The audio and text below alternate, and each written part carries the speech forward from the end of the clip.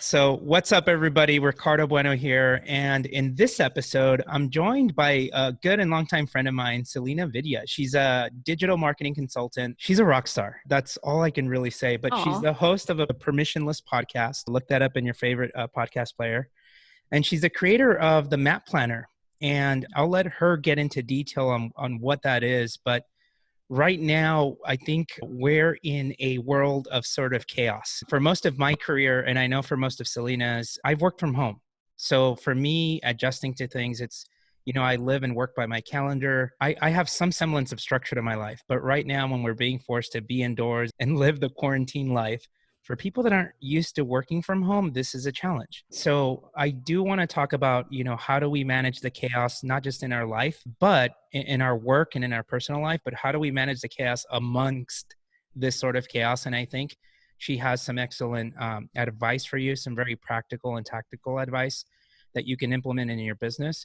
And then the reason I say Selena's a rock star is because there's few people in the industry that are true consultants in the sense that you're trying to build a brand, and building a brand in sort of a crisis is even more so important because we don't know how long this is going to last and the financial implications of this. Is it going to last for 2 months, 3 months, 6 months, 12 months? How does it impact my business? Selena isn't just a pro or an expert at productivity. She's also an expert at creating strategy and building branding strategy for businesses so that they can grow their brand and sort of build their visibility online. So without further ado, Selena, how are you? Welcome. I'm good. Thank you for the amazing introduction. How are you? Good. Like I said before this call, it's a little bit of chaos. I can't believe by the time you'll listen to this show, the month of March will have been over. It's April 1st, but I can't believe March seemed like an eternity. It seemed like an eternity, and it also just seemed like it didn't exist. It's like this weird pocket of time. Like the other day, because towards the end of March, I was like, is it April yet? And I think it hit March 29th, and I was like, is this month over? But then it didn't even feel like it happened. It just April 1st didn't seem close enough, and I'm still in shock that it's only April 1st. Yeah. 2020 came in hot and not in a good way. So tell us, for those of you that don't know, just tell us who you are, what you do. I know I kind of introduced people, but tell us who you are, what you do. Oh, that's a big question. So I guess the easiest way to lead with this is I'm both a creative professional and I'm a business/consulting professional. So I'm very much a hybrid of the two, and that's how I take my day-to-day. I started my marketing career as an SEO consultant. Mhm. So I was very much in the weeds with companies. I was doing a lot of the tactical execution work. And over time, as I started working more in marketing, I expanded that and I started working more in outreach, more in content, and then ultimately strategy. So, I'm 10 years plus working on the SEO and content strategy side. But over that period of time, I'm a creative being at heart. So I'm always creating things. I love helping people. And one of the ways that I found I love helping people is by educating and entertaining them. So the PermissionLESS podcast came out of that. I wanted to inspire people and motivate them. And so did the Map Planner. So I guess that's kind of a roundabout way. I also love coffee. So there's that. That's literally my brand, is coffee drinking. Do you brew your own? Do you make your own cold brew coffee? I don't yet, but thank you for that, because now I'm going to have to. Good hobby to pick up. I threw away, unfortunately, my Japanese cold brew coffee maker, and I'm regretting making that decision, but that's awesome. Oh, I'm going to have to look into whatever that Japanese brewing thing is that you just mentioned. I'll look it up and send it to you. It's pretty awesome. Yes, please do. A lot of people are stuck. They're working from home now, and a lot of people are in that mindset of, holy crap, school's closed for the rest of the year for my kids, as if working from home wasn't already. Here's what people don't realize. Let me back up. Some people look at working from home or make fun of working from home as, oh, that must be so nice. And what people don't realize is that oftentimes working from home actually is twice the amount of work. When you have the kids, schools being closed, and you have a family, you can multiply that sucker by about 4, 6, or 10x. Mm-hmm. So there's a lot of people who are saying, I don't know how to manage what I'm doing. And so when I go on social, there's so much leadership and crisis management advice that's sort of being spewed out. There's a lot of work from home advice from quote unquote experts who've been living the work from home life. Honestly, I found some of it super useful. But then on the other end of the spectrum, I find some of it like, that's just not realistic. So I think maybe this is a great opportunity. You and I talked offline about the map planner. What is it? And how do you make sense of all of the chaos in your life? How do you start to wrangle that beast that is chaos, and just being a creative person wearing multiple hats and not knowing where to start? But also, we're in the middle of a pandemic. Everything's closing in around me. How do I add structure to my life? Yeah. So the map planner was born out of something I needed. I tried planner after planner and nothing worked because I think as humans, time management really bleeds into life and time management. It's Mm-hmm. not just what do I have to check off my task list, it's how Mm-hmm. do I manage all of that with family, with, a partnership, if you have kids, with kids. And so I wanted to structure something that helped us really get in touch with our own thoughts, helped us empty the clutter from our heads, gave us a place to really have positivity with affirmations, but also a place to structure what are my priority items? What are the things that absolutely have to do? And I like to say it's the pin strategy. If it doesn't fit on a Post-it note, you probably aren't going to get it done. So what I wanted to do with the map planner is give somebody a space to be introspective, do mindset work, and a safe space to just empty their brain, but also be able to wrangle the chaos of what they need to do in their everyday business life, what they need to do in their creative life if they're trying to move projects along. So it's kind of a hybrid of the two of those things. It sounds like a coaching program is what it sounds like. I know. It's kind of like a coaching program in a planner, it's a do-it-yourself thing if you're not ready to jump into a coach. So let's talk about mindset work, because right now, mindset has always sort of been important. Mindset has always been uber important. You either, especially if you're in sales, especially if you're an entrepreneur, and right now, you and I and anyone listening to this show, if you chose real estate, if you chose sales, talk about choosing a career that deals with facing rejection and then getting up and going after it again day after day after day. If you don't have the right mindset to be able to handle that, or if you don't have the right growth mindset so that you're setting like really high goals, but clearing the self-doubt and everything else, then I'm afraid to say you're just not going to get very far. Mhm. So in a hot market, it's easy for even the unexperienced people to have some semblance of success. But if we run into a sort of difficult market or a drought, it becomes even more important to have not just systems and processes, but the right mindset. So how do you tackle that? Because when we talked about the map planner, you talked about how certain sections of it handle affirmations. Why are affirmations important? Why are doing daily journal prompts important? And why are some of those things important? And how do you tackle that to sort of and clear your mind? Yeah, so there's two boxes on the daily map page, which is essentially your day-to-day planner. And one of them, and please excuse the woo word. I know it sounds woo, but I really believe in this word. So there's a section for manifesting, there's a section for affirmations, and then there's a journaling box, which I call the power prompt, basically. And I think with mindset, like you're saying, in a hot market, you can sell all day, even if you're not that experienced, but what do you do when things aren't that great? So while I believe in positivity and optimism and, having affirmations to remind yourself of things that you need to know about yourself, one of the examples that I use is I always want to work on being a better communicator. Hmm. And one of the affirmations that I write all the time, it's been in my daily map, I think, for a month now, is I'm an engaging, entertaining, magnetic speaker because I want to remind myself that I have that. But the reason that the journaling prompts come into play is you can be positive all day long.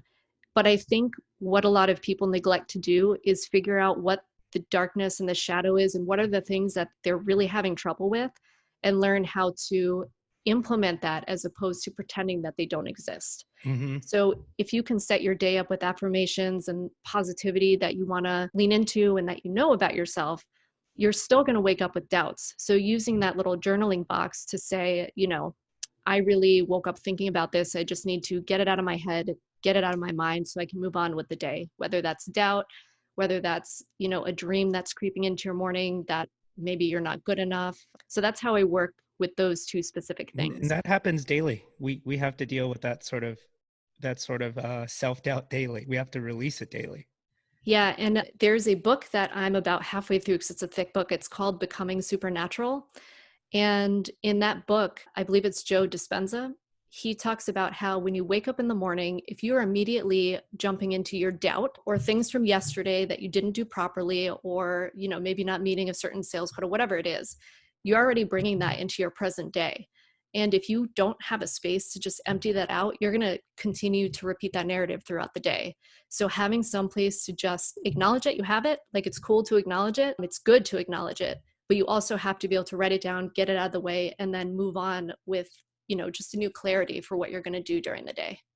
Move That on was with a very being long answer. But move on with being the badass that you are. exactly. Yeah. So, okay, let's talk about how to wrangle your sort of chaos. A good mentor and a thought leader in the real estate space for a lot of people is Tom Ferry. And so one of the things that he always says is master your time management and your productivity will skyrocket.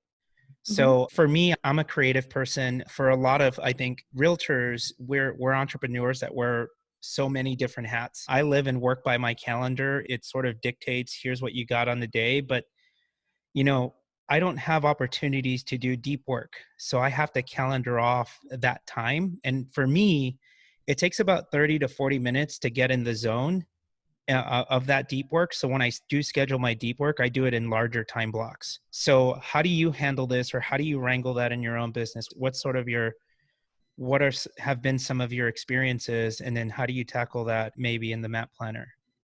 Yeah, so there's a couple ways that I tackle that. So one, time blocking is something that I do too, because with a lot of the consulting work, I just need time to really think through problems and get my thoughts down. And it's just it's a deep work It's a process. process. Hmm. Yeah, so every day, I mean, it may not be the same chunk of time every day, depending on what's going on, but I do believe in time blocking heavily.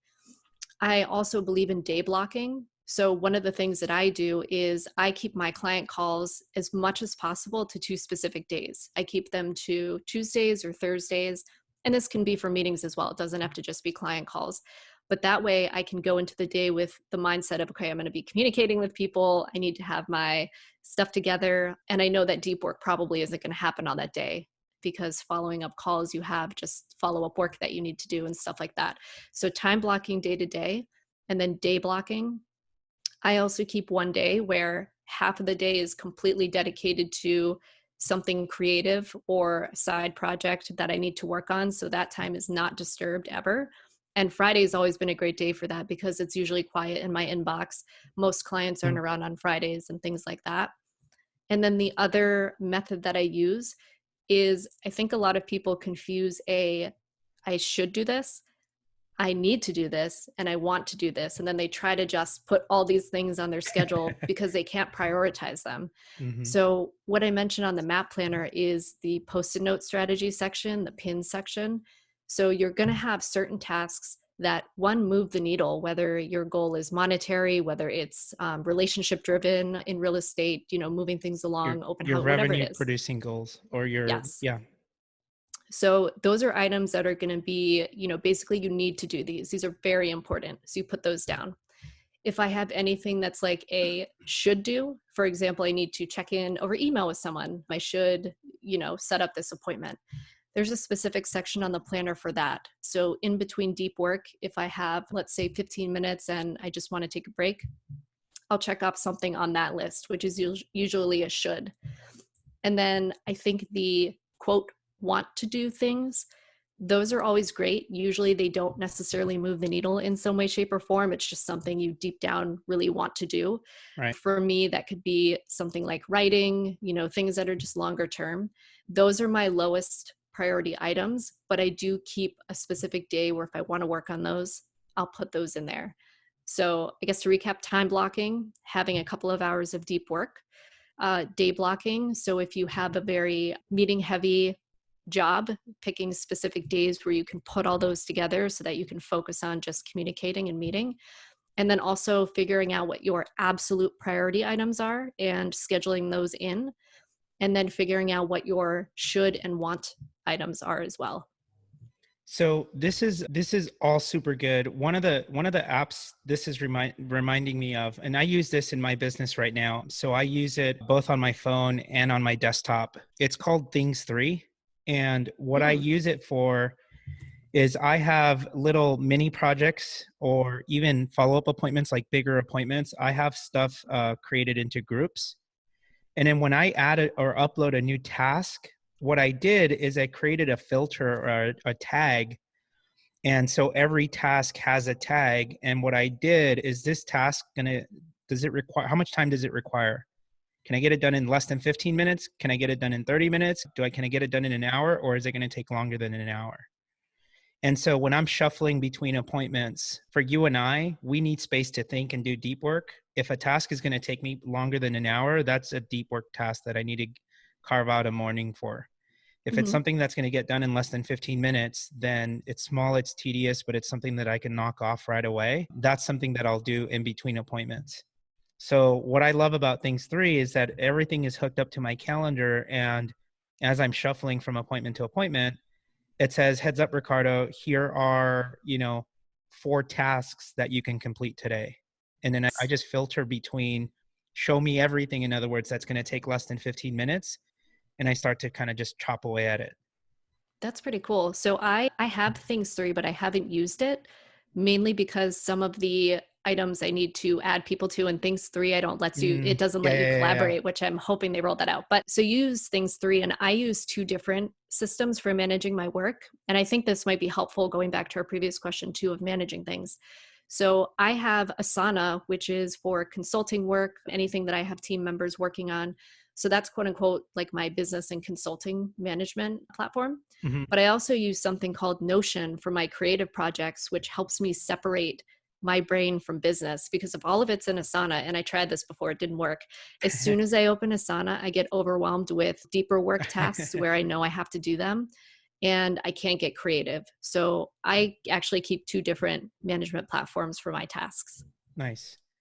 So you had mentioned, what are some things that people can do that are not used to managing their own time from home? So Mhm. we talked about sort of how you can tackle your calendar. We shared maybe some apps and tools. I'll link to these tools in the show notes, guys. I'll put them in the show notes. So like Things 3, I probably read that sucker from beginning to end, their blog, and looked for best practices. But what are some practical things that people can do now as they're transitioning to working from home, to set boundaries in their work calendar and whatnot?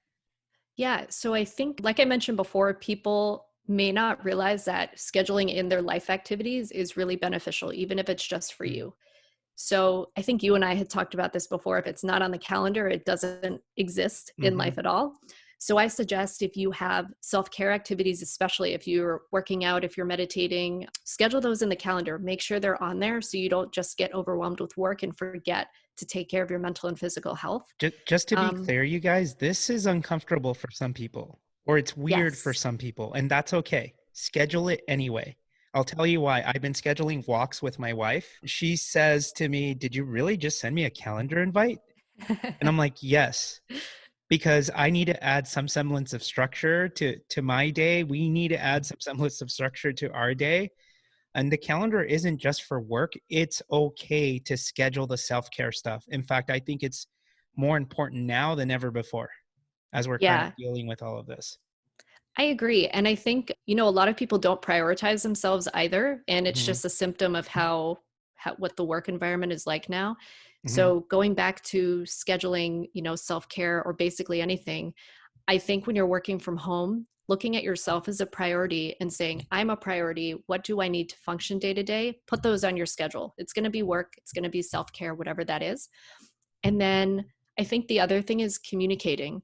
So if you live with a significant other, if you have kids, whatever it is, or even team members that you're going to be meeting with, I think you have to prioritize communication with people because nobody knows what is happening when you're working from home. Depending on your company, they may be a little bit more tyrant about what you're doing and they want to know all the time. But, and it's unfortunate, but that's how it is. So making sure you're communicating, hey, during this period of time, I am XYZ. So if I'm not responding over email or anything, this is why. And it doesn't have to be defensive communication. It's just basically a, hey, this work from home thing is new for me. Here's how I'm structuring things. Just as a heads up, I'm trying to make this work. It's over communication. Yes, It solves a lot of problems in business and in personal life. And right now, I think is one of those moments where it's okay to sort of over communicate. That's important too, I agree. for the sake of your own sanity and everyone else's. Yeah. And I think the other thing is the word routine isn't very sexy. Like I don't even use the word routine. I use the word ritual because there's something about the word routine that's mundane and boring. But if you're working from home, I also suggest trying to find some kind of routine because you're not driving to work. You're not maybe not getting up and getting dressed right away. So what are like 2 to 3 things you can do every morning that sets the stage for your mindset, your happiness? Maybe it's something you want to learn, whatever it is, and then have kind of a time proximity of when you're going to jump into work, and make sure you have something that definitely transitions you into the work mindset. It could be, some people, I don't dress in real clothes from day to day, but I know getting changed into something, more outside wear is a signal. Yep. Sometimes going into a different area of the house is a signal. So Yep. what is that going to be so you can go into work mode? And likewise, when you're ending the day, it's going to be really easy for work to just flood into the rest of your life because you're in your house. You said you take walks. So maybe for some people, taking a walk ends their workday. It shifts their mindset. For me, I work in a home office in here. So I shut the door and I leave and I Yep. don't come back in the office. And Yep. that's how my brain knows like work time is over. Yep. So my morning ritual, not routine, ritual would Yes. probably be I come upstairs to the home office. I have my Rockstar or my Nespresso coffee. I have one of those neon sort of lights that says hustle mode on. I turn that sucker on. I Ooh, put some house music. I look at the calendar and I get into that Monday morning mindset. I used to think that affirmations were I used to think that they were silly. I used to me think too. that, yeah. So, I mean, I used to think that they were silly, but right now I'm finding them super helpful. It's one of those things like just get it out, reframe your day and get in that right sort of it's just giving yourself good energy. And then when I try to wind things down like you, I leave the office, I shut everything down, and I leave my work phone upstairs on silent. So Nice. if you don't get a hold of me, that's why. But you do have to set boundaries with yourself for your own sanity. Otherwise, work is going to bleed into that home sort of life 24/7. And yeah, sometimes that's okay because you're hustling, you're grinding. But guys, right now, I think your health is just as important, if not more so. So you have to be able to and be comfortable with setting boundaries. Yeah, and I think we are also all going to have to practice more forgiveness for ourselves. And I know that just sounds very like, I don't know. People, when they hear the word forgiveness for themselves, it puts them in just a really emotional space. But really, you're Hmm. doing the best you can. So if you are getting used to working from home, and you're going to have times where you're just not productive, and instead of beating yourself over the head about not being productive, I think you just need to assess what was the issue and try again. I think that's the biggest thing is you may not be productive all the time, but as long as you're aware of that and you can make adjustments, that's important. That's so good. And going back to the phone thing, so I haven't had work email on my phone for probably 2 years. And Oh, if wow. I know, and if you knew me before, that's unheard of. Like I was married to my phone and looking at email at midnight. Like it was awful in my past life. And I think if you're working from home, I don't know how many of you listening have work email on your personal phone, but maybe this is a bad advice. It worked for me, but I suggest taking it off of your phone for a little bit and keeping your work email within your work times. It's going to be super tempting when you're in your house and the environment just stays the same to be like, oh, I'll just check my work email Hmm. right when I wake up. But you have to set that boundary. So try taking it off for a day or two, see if there's any fires. And if there are, I'm sorry, don't come at me. Forgive yourself. That's awesome. I'm sorry. Don't come at me. No, this is one of the things that I decided early on when I started dating my wife. My rule was I'm one of those, I'll answer your question no matter what, get in touch no matter what. And the problem is when you go on a date, you're always on your phone then. So one of the rules I made to myself is when it's dinner time, when it's date time, when it's going out for a walk, all push notifications are off. work phone is down, and it's just a quality time with the family. And we're married. She's 6 months pregnant. We don't have kids yet. We don't have a big family. And yeah, work is a priority, but it's also, so is that family and that quality time. That's a priority too. And so I set that boundary. I'm okay setting that boundary. It might be hard for a lot of people, but I think it's important.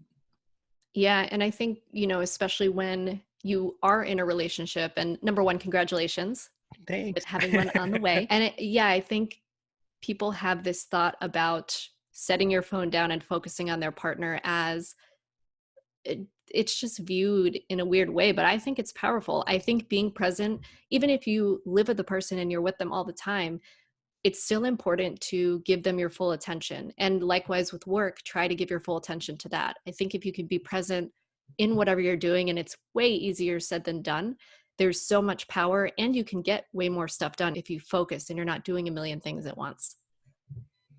Okay, so let's shift a little bit. One of the things that I posted today, and what did I say? Let me pull it up. I said that the steps you take during this downtime can either pay off when this is all over or leave you playing catch up. And so some people are using this, like I've told all of my clients, use this as an opportunity to double down on the content that you create. Because the content that you create between now and the next 6 months is planting seeds for sort of building your know and trust factor out in the community. A lot of people are using this downtime to sort of consume and learn some of the things that they've otherwise been putting off. But I'm also seeing this sort of sense of overwhelm. I'm Mm-hmm. home, all I'm doing is consuming webinar after webinar. It's like at some point, all of that consumption needs to stop because there's overflow and your mind's going to explode. And then next thing you know, you've executed on absolutely nothing because you've consumed way too much. You have all of these ideas and you're just all over the place. Mm-hmm. So how do you manage that? Yeah. So, for one, I'll start by saying I'm an eternal knowledge seeker. I'm always reading, learning, and things like that. And before we hopped on here, we're talking about how when they were recommending that we start staying home, a lot of people were offering free webinars. A couple of organizations that I follow are opening up all their courses for free.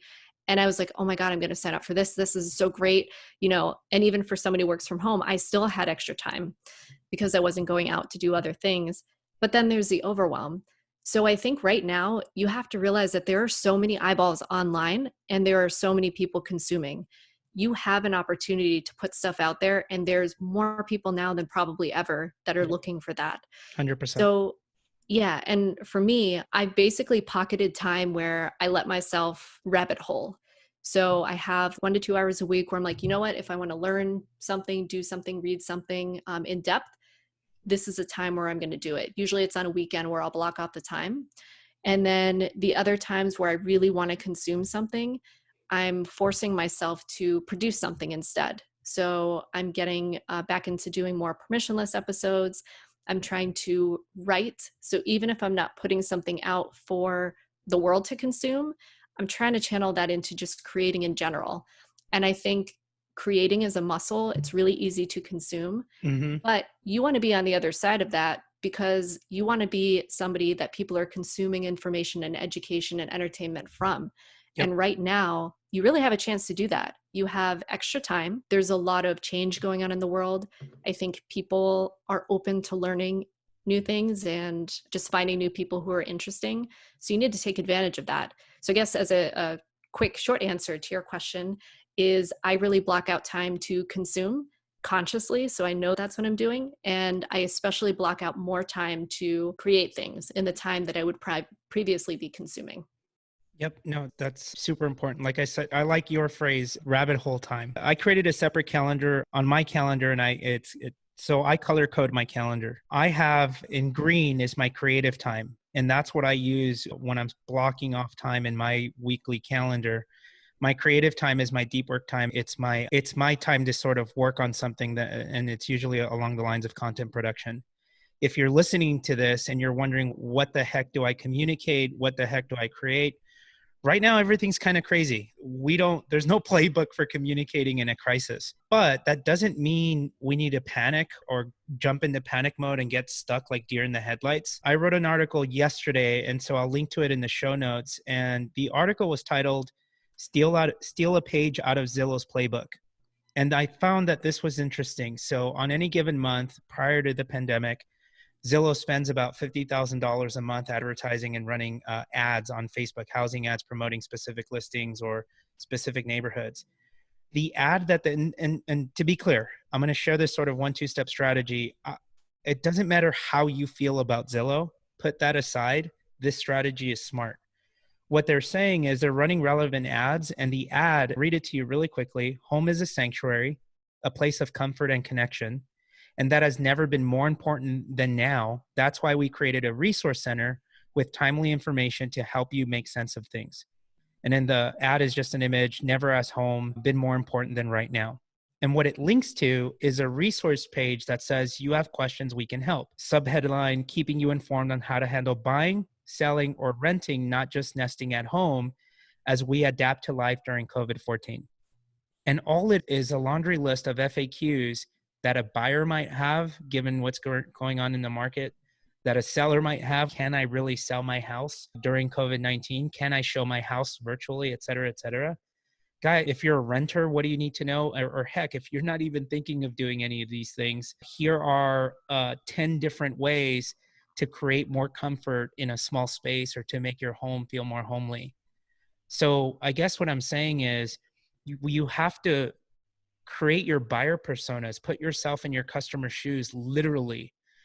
And the content that you're going to create is just addressing those things. Because right now we all have questions. It doesn't mean we all have questions and you should have answers. Just make sure that you're talking to that right sort of customer profile. And I think that's super, super important. And then Selena said, if you're not used to this, it can be difficult. Create that time on your schedule and stick to it. Hold yourself accountable and stick to it. Because if you don't, if you're just going to say, oh, I'll get to it later, You'll never get to it. I promise Yeah. you. Yeah, you'll never get to it. That's why I tell my wife, I'm like, hey, she says, can we do this? I'm like, yeah, can you do me a favor? Can you send me a calendar invite? Why? We're just going to go do, get groceries, or we're just going to go do this. I'm like, yeah, I know, but can you please add a calendar invite? Because it helps me get in the right frame of mind. We need now more than ever to use all of these different techniques, hacks, whatever you want to call them, to add structure to our life. So yeah, I don't know where I was going with that, but. Well, I think when you're talking about calendaring and, your wife asks, you really want this on the calendar, we carry around so much mental clutter in our heads without realizing it. Like we don't realize that it's there, but everything that we are trying to remember, even if it's days down the line, even something as simple as getting groceries, that sits in there. So if you have a place to process those things and just put them on, a task list, put them on the calendar, write them down, your brain's going to feel so much better because you're not carrying around the burden of things that you don't even realize you're thinking about. One of the things that I like to do is just write down all of the things that are in my head. And then by the time I get down that list, there's 20 things and I'm like, holy shit, no wonder I'm having trouble focusing today. And then I feel so much better. And I wanted to touch back on what you were saying about Zillow. I saw that page yesterday, actually, and I think it's fantastic. And this is kind of more marketing. So hopefully this doesn't derail us a little bit, but there's been a really fine gray area with marketing right now. And I was having this conversation with a client a couple of days ago because we're trying to figure out what are the resources that are going to be really helpful. How can we continue to build trust, even if, people aren't necessarily going to sign up for this service? And I think, like you mentioned before, building trust right now is great. People may not necessarily want to buy, but they're still looking for information. Correct. You can still build that trust factor. And then down the line, you'll be somebody or a brand that they remember. Correct. 100%. Just because they're not going to buy now doesn't mean they're not looking for entertainment or education to make a buying decision in Q3 or Q4. Okay, so you said something right now, and maybe this is where we can kind of close the loop, but right now people are busy. We consume a lot on a day-to-day basis. You said something earlier before we kind of hopped on the call that if you ask somebody what they learned today, chances are they won't remember. How do you sort of go through your day and log all of these ideas that come at you from a million different directions? Go ahead. So I use the map planner for that. And before I created it, I was just writing it down in a notebook. So I have two areas. I have a back burner page. So if I read something and it inspires a thought, I put it on a back burner page so I can process that later, put on a task list, whatever I need to do. And then I also, at the end of the day, almost every day. I'm human, so there's some days where I don't do this, but I write 1 to 2 things that I actually learned today.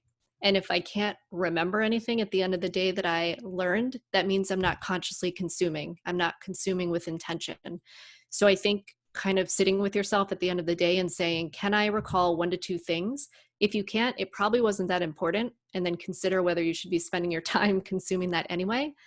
And if you realize you just didn't have time to consume anything, but you are somebody who loves seeking knowledge or is trying to learn something new, then maybe consider setting 15 to 20 minutes consciously and then revisit that at the end of the day and say, what did I learn during this period of time where I was reading this thing, doing this thing? So that's how I tend to handle it. Awesome. Selena, where can we learn more about you, your permissionless podcast, and the map planner? Yeah, so I'm Selena Vidya on any social platform. So you can find me there. That's where I spend the most of my time, not necessarily on the brand accounts. You can find the map planner at morningactionpapers.com. And then permissionless, you can find permission_less on Twitter and Instagram, and then permissionless on Facebook. Awesome. Thank you so much. That was awesome. Yeah, no, thanks for having me. I love talking about this stuff, and I could probably talk your ear off for like days. Okay.